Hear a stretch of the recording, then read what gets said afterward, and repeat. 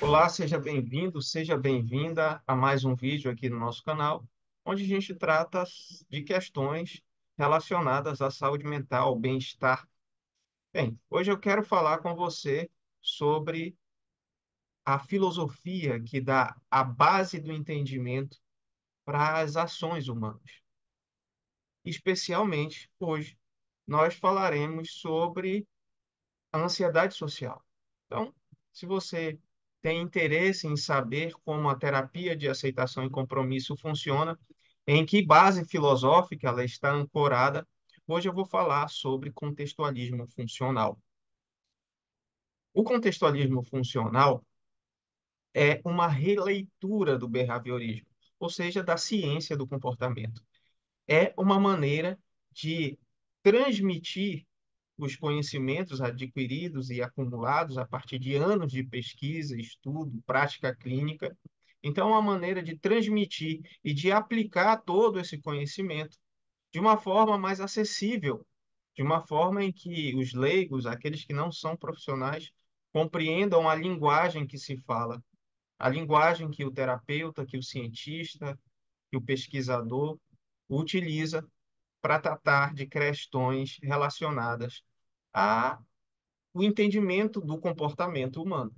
Então, o contextualismo funcional é uma filosofia pragmática, assim como o behaviorismo, a análise do comportamento. Isso quer dizer que, quando a gente analisa uma ação, nós levamos em consideração os objetivos na análise da ação. O pragmatismo diz basicamente, outra hora eu gravo um vídeo só sobre o pragmatismo, mas o pragmatismo diz basicamente que existem verdades objetivas e essas verdades têm a ver com os seus objetivos. Por isso são verdades objetivas. Então, o pragmatismo foge daquelas verdades muito conceituais, muito abstratas. São verdades. O que que é melhor? É um Fiat Uno ou é um Onix? Vai depender de qual for o seu objetivo. Se você quiser um carro que quebre menos, olha, eu não estou fazendo propaganda de carro aqui. Se você quiser um carro que quebre menos, que tenha uma mão de obra barata, um carro que tenha resistência, um carro que tenha uma manutenção fácil, o carro que é melhor é o Uno. Mas se você quer um carro que seja mais luxuoso, que tenha mais conforto, que tenha um bom ar-condicionado, o carro melhor é o Onix, né? Ou seja, o critério de verdade, nesse caso, qual é o melhor, vai depender do objetivo. Então, o contextualismo funcional é uma filosofia pragmática, porque ela leva em consideração objetivos específicos. E isso, aplicado à clínica, tem uma profundidade muito grande. Mas a gente não vai entrar agora nessa filosofia pragmática. Mas é importante que a gente entenda que o contextualismo funcional é uma filosofia pragmática. É uma filosofia que leva em consideração a ação em um contexto contínuo. O que que é uma ação em um contexto contínuo? Primeiro, é importante que você compreenda que, para os analistas, para os cientistas do comportamento, o conceito de comportamento, ou seja, o entendimento do que é comportamento, é tudo aquilo que interage com o ambiente, tudo aquilo que influencia e é influenciado pelo ambiente. Logo, pensar, sentir, falar, tudo é comportamento. Quando a gente pensa, nós pensamos porque interagimos com o ambiente. Eu penso, por exemplo, eu estou ansioso, eu começo a pensar em questões, em pensamentos agradáveis, questões agradáveis, antecipando catástrofe ou me preocupando com o futuro, porque eu tenho um estímulo. Esse estímulo pode ser externo ou pode ser interno. Pode ser uma mão suada, ai, agora eu estou começando a ficar ansioso. O que será que está acontecendo comigo e tal? Então, veja, o pensamento foi desencadeado por um estímulo. Tudo que interage com o meio Tudo que interage com você é comportamento. Logo, pensar, sentir, cheirar, tudo é comportamento para o pragmatismo. Para a, a, o contextualismo funcional, né? Bem, então, para entender uma ação, um comportamento, você tem que considerar a interrelação contínua do organismo com o ambiente. E eu quero utilizar aqui com vocês um caso de ansiedade social para que a gente entenda o contextualismo funcional, que é uma ciência pragmática, certo? O que é o contextualismo funcional? Em um caso, por exemplo, vamos imaginar que João tenha um quadro de ansiedade social. Vocês sabem, ansiedade social é ficar muito ansioso quando exposto a situações sociais, falar em público, conhecer pessoas novas, se expor a figuras de autoridade, se expor a um público desconhecido. Então, quando você se expõe a essas situações sociais, você fica muito ansioso, muito, e com todos aqueles sintomas de ansiedade. Geralmente, quem tem ansiedade social, então, evita ao máximo se expor a esse tipo de situação. Então, João, vamos supor, vamos imaginar que João seja uma pessoa que tenha um quadro de ansiedade social. Bem, então, o contextualismo funcional prega, é uma filosofia, né, uma maneira de enxergar o comportamento humano, que, para que você entenda a ansiedade social de João, você tem que entender que João, em sua infância, ou numa fase de adolescência, era constantemente criticado ao se expor socialmente. Vamos supor que João tinha um irmão mais velho que ficava criticando João quando ele se expunha socialmente. Ou não, ou de repente João, uma vez, foi falar em público e alguém o criticou. E João teve um grande impacto emocional por conta daquela crítica.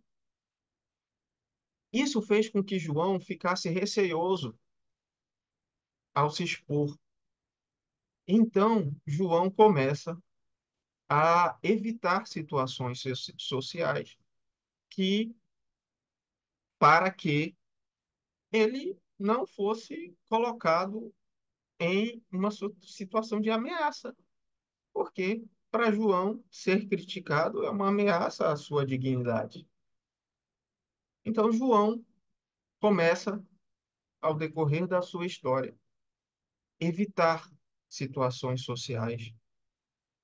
E João, sempre que se expõe a situações sociais, como aconteceu lá na sua infância, ele começa a perceber que as pessoas acham estranho, né? Ah, esse menino. E às vezes riem dele, porque ele é muito introvertido ao se expor em situações. Não, não é uma característica de personalidade ser introvertido, é uma característica de comportamento, né? Então, nessas ações em que ele tem que se expor ao desconhecido, a situações sociais desconhecidas, João então fica ansioso, foge, tenta não falar, fala o mínimo. E João hoje então é um adulto. Sendo hoje um adulto, ele precisa participar de reuniões. E sempre que João vai participar de uma reunião, a ansiedade social dele é colocada em funcionamento. Então, sua mente o avisa que ele vai se expor a uma situação de perigo. Então, João, sempre que vai para uma reunião, ele tenta falar o mínimo possível. Ele fica olhando as pessoas, fica imaginando se as pessoas estão julgando ele ou se as pessoas estão criticando ele. Então, João, sempre que vai para uma situação de reunião de trabalho, por exemplo, ele fica muito ansioso. Veja, existe uma história, uma ação que está dentro de um contexto. Para que você entenda, então, a ação de João, o comportamento de João, você tem que entender que existiu uma história. Essa história teve um início. Essa história tem um meio. E essa história tem um fim. Não um fim de final, um fim de finalidade. Qual é a finalidade, então, da ansiedade de João? A finalidade da ansiedade de João, nesses contextos, é protegê-lo de uma provável exposição ao ridículo. Então, João, não é que ele está com pensamento distorcido, como algumas abordagens costumam encarar ou explicar, ou até mesmo tratar a ansiedade social, dizendo, ah, você tem que mudar o seu pensamento, mas como se o pensamento fosse um defeito. Não, o pensamento ele tem uma função. A função do pensamento dele tem sido, ao decorrer de sua história, protegê-lo. Não é culpa do João e nem culpa do pensamento dele. João, então, precisa ter novas experiências para que ele aprenda uma nova maneira de se comportar. Entende? Então, é simples. O contextualismo funcional analisa o comportamento, a ação dentro de uma história, dentro de um contexto contínuo. Um contexto que tem um início, tem um meio e tem uma finalidade, certo? Continuando então a história de João, eu quero abordar a finalidade da relação do João e do ambiente. João, então, sempre que vive a possibilidade de se expor a uma situação social que ele considera como ameaçadora, João foge. Ao fugir, ao evitar falar, ao faltar à reunião, João sente um alívio. Esse alívio faz com que João cada vez mais sinta ansiedade ao participar de situações sociais que ele considere ameaçadora. Porque a mente de João vai aprendendo, vai entendendo que aquelas situações são de fato muito perigosas. Então, ela descarrega adrenalina no corpo do João e outros hormônios para que o corpo dele lute, fuja ou paralise em situações sociais. Essa é uma função importante para a sobrevivência de João naquele contexto, porque ele não sabe outra maneira de lidar com aquele contexto. Ele aprendeu a lidar com aquele contexto dessa maneira, evitando. E quando ele evita, ele sente um alívio. Quando ele foge, ele sente um alívio. Logo, João aprende cada vez mais que situações sociais são, de fato, situações perigosas. Por isso, a terapia de aceitação e compromisso não tenta modificar o pensamento. A terapia de aceitação e compromisso não ensina João evitar a ansiedade, se comportar de maneira que ele não se exponha, ou, como eu já ouvi falar, ocupa tua mente com outras coisas para tu não ficar ansioso. Se você ficar fazendo isso, por exemplo, ocupar a sua mente com outras coisas para não ficar ansioso, você vai ser um escravo. Você nunca vai ficar livre do medo. Você nunca vai ficar livre da ansiedade. Pelo contrário, você vai ficar cada vez mais ansioso, sempre fugindo, ocupando a mente para não pensar naquilo. Então, a grande questão, e é o que há de mais, é o padrão ouro, né, de psicoterapia, no caso de ansiedade, fobias, de medos. A grande questão é como João vai modificar a relação dele com o seu ambiente. Não é tão importante modificar a maneira como João pensa, porque a maneira como João pensa não é a causa do problema. A maneira como João pensa é a parte do problema.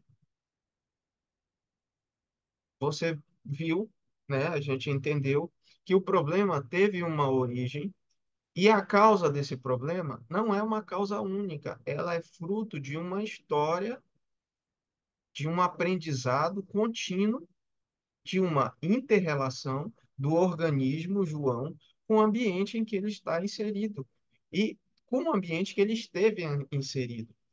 Porque se isso é contínuo, você não pode ignorar a história que deu origem a essa ação. Então, João não precisa atacar os seus pensamentos, até porque se ele fizer isso, ele vai sofrer mais. Tenta, se ele ficar pensando, eu não posso ficar ansioso, eu não posso ficar ansioso, ou ficar pensando, ah, agora você vai pensar assim, quando alguém olhar para você, você vai pensar, será que essa pessoa está me julgando? Não, né? Ficar questionando seus pensamentos. Ela não está me julgando. Não tem por que ela me julgar. Se você ficar fazendo isso, você vai entrar numa guerra com sua mente. Pode dar certo, assim, a curto prazo, mas é um esforço muito grande. E quando você se distrair, você vai se pegar repetindo os padrões de pensamento, porque os pensamentos, eles vêm, eles são automáticos, eles são uma resposta da nossa relação com o ambiente. Então, como que a ACT modificaria a vida de João? Porque não é mudar um pensamento, é modificar a vida para melhor. A ACT, então, incentivaria João a mudar sua relação com o seu meio, com o seu ambiente. Quando João muda sua relação com o seu ambiente, por exemplo, mesmo sentindo ansiedade, mesmo tendo pensamentos de tipos absurdos, João gradualmente vai se expondo a situações sociais, vai vivendo outras experiências. Quando João vive outras experiências, quando ele se expõe, quando ele altera o ambiente dele e a relação que ele tem com o ambiente dele, a mente dele vai sofrendo um novo processo de aprendizagem. Automaticamente, a maneira de João pensar vai mudar. Os sentimentos que João tem, que ele responde àquela situação, também vão mudar. Mas o foco não é eu mudar primeiro meus sentimentos. O foco é mudar a minha ação no ambiente, modificar as contingências ambientais, vai fazer com que o meu comportamento se modifique. Porque há um princípio no contextualismo funcional. O comportamento é o resultado de uma ação contínua no ambiente. Se você entende isso, você tem todo o princípio das terapias contextuais, que é a nova geração dos cientistas do comportamento, certo? Então, como a ACT trataria João? Lembra do pragmatismo? Pragmatismo é analisar a ação não de acordo com conceitos abstratos de verdade, mas de acordo com conceitos objetivos. João, qual é o teu objetivo? O teu objetivo, aí João poderia falar, é me relacionar bem, é conseguir ter uma boa relação profissional. E aí João pensaria, a princípio, e para isso eu tenho que parar de ficar ansioso. Então a ACT mostraria para João que parar de ficar ansioso não é o objetivo. O objetivo dele pode ser um meio, mas o objetivo dele é se relacionar bem com as pessoas. Então, João não vai atacar o meio, ele vai atacar o fim, o objetivo. Por isso, é pragmático. Você não fica tentando encontrar respostas. Veja, é importante nós entendermos a história de João, mas a história de João não é tão importante para João como uma forma de modificar o comportamento dele. Ele pode ter consciência, junto com o terapeuta, da história dele, mas ele sabendo daquela história também não vai modificar o comportamento dele. O que vai modificar o comportamento dele, mais uma vez, é a ação dele no ambiente. Agindo no ambiente, ele vai começar a viver experiências diferentes. E aí ele vai começar a criar um novo mapa mental, uma nova forma de responder. Nós pensamos automaticamente. Ninguém fica pensando em como pensa. A gente pensa como resposta a um estímulo. Nossa máquina de pensar, nosso cérebro, não para nunca. E ele está pensando sempre, fazendo interrelações, fazendo relações arbitrárias, né? Como os cientistas do comportamento de terceira geração costumam dizer. Mas a maneira com que tudo isso vai se modificando vai depender de como você interage com o ambiente. Então, João, segundo o que propõe a ACT, vai começar a partir do entendimento da ACT, de que a ação é é uma consequência de uma relação contínua com o ambiente, por isso é contextualismo funcional. Existe uma função, foi importante para ele em algum momento fugir, ficar ansioso, só que essa fuga está deixando ele doente, está fazendo com que ele não viva o que é valoroso para ele. Então, a proposta da ACT é clarificar para João o que é importante para ele. Pragmatismo. Quais são os teus objetivos? Quais são as ações que dão valor, que você valoriza, que dão valor à sua vida? E então, gradualmente, ir se aproximando desse comportamento. Ao fazer isso, com a ajuda de um profissional, João vai modificando a maneira com que ele pensa, com que ele sente, com as sensações corporais vão se modificando. Mas, mais uma vez, eu digo, isso não é o mais importante. A modificação das suas crenças, dos seus sentimentos, das suas sensações corporais, esse não é o foco. O foco é a modificação da relação que João tem com o seu ambiente e da relação que o João tem com ele mesmo, com os conteúdos dele. Quando ele começa a se relacionar com seus conteúdos, sem fugir deles, sem negá-los, sem se revoltar porque ele está ansioso. Ah, eu não queria ser assim. Eu não era assim quando eu tinha 20 anos. Eu não era assim quando eu tinha 7 anos. Eu não aceito isso, caramba, porque eu sou assim. Vou tomar remédio para não me sentir assim. Enquanto o João permanecer, né, com essa relação, ele não vai ficar bem. Então, ele tem que modificar a relação, modificação de relações. Primeiro, a modificação dele com os conteúdos, com os comportamentos internos dele. E depois, principalmente, a relação dele com o ambiente. Quando ele começar a se relacionar de forma diferente com as contingências ambientais, né? Que a gente chama, elas vão modificar todo o contexto, porque nada acontece isoladamente.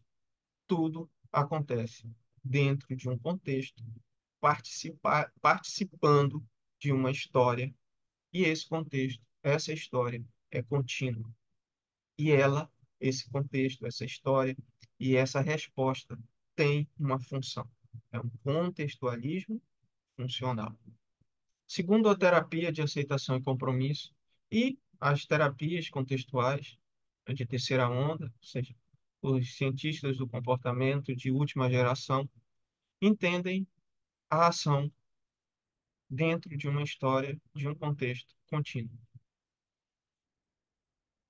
Essa ação, quando trazida para um contexto terapêutico, para que seja entendida e modificada para trazer qualidade de vida, ela é olhada com olhar pragmático, ou seja, elevado em consideração os objetivos do cliente, do paciente. Esses objetivos não estão sujeitos à análise, porque o pragmatismo não analisa de acordo com o meu querer, ele analisa, ou com meus conceitos, com minhas crenças, com meus valores, ele analisa de acordo com o objetivo do paciente, né? Então, qual é a análise que se faz? É se atingir o objetivo. Se atingir o objetivo, é visto como uma verdade válida. Lembra do exemplo do carro? Se você tem como objetivo um carro forte, um carro que seja mais barato, que não dê trabalho e tal, então você escolheu um. Esse é seu objetivo, então essa é a verdade para você. O melhor carro para você é o Uno. Então, na perspectiva da ACT, o objetivo do cliente ter uma boa relação é vista como uma verdade. Nós também, terapeutas ACT, ajudamos o cliente, fazendo uma recapitulação, a clarear quais são os seus valores, o que ele considera como sendo valoroso, o que dá significado à vida. Isso vai ser muito importante, porque o comportamento motivado por valores é um comportamento que tem uma motivação intrínseca muito forte. Quando você se comporta a partir daquilo que você de fato acredita que é valoroso, a motivação que parte de você é muito forte. E essa motivação intrínseca, alinhada a resultados, vai reforçando cada vez mais o teu comportamento de mudança, fazendo assim com que você tenha um ganho clínico muito maior. Bem, para a terapia de aceitação e compromisso, então, entender questões como essa que a gente levantou hoje, da ansiedade social, é uma questão filosófica. Temos uma base filosófica. Nós não só aplicamos técnicas, apesar da ACT e as terapias contextuais terem vários protocolos, terem várias técnicas, nós não somos aplicadores de técnicas. Nós temos uma filosofia, uma maneira de entender. E a maneira de a gente entender é baseada no contextualismo funcional, certo? Espero que você tenha gostado, espero que tenha esclarecido para você que não é da área da psicologia, e se você é da área de psicologia, espero que tenha ficado claro. Eu sei que isso é pouco abordado nas faculdades, né? O behaviorismo radical, a análise do comportamento. Se a análise do comportamento já é pouco abordada, imagine contextualismo funcional, que é uma releitura da análise do comportamento, que é o que há de mais moderno na ciência do comportamento. Então, se você entendeu esse conceito que parece difícil, né, contextualismo funcional, mas na prática é muito simples, né? Se você gostou, eu gostaria de pedir que você deixasse aí o seu like, compartilhasse esse conhecimento com alguém que você julgue ser importante para ele. E se inscreve aí no meu canal, sempre nós estaremos aqui com conteúdo novo. Deixa o like, compartilha e se inscreve e até a próxima.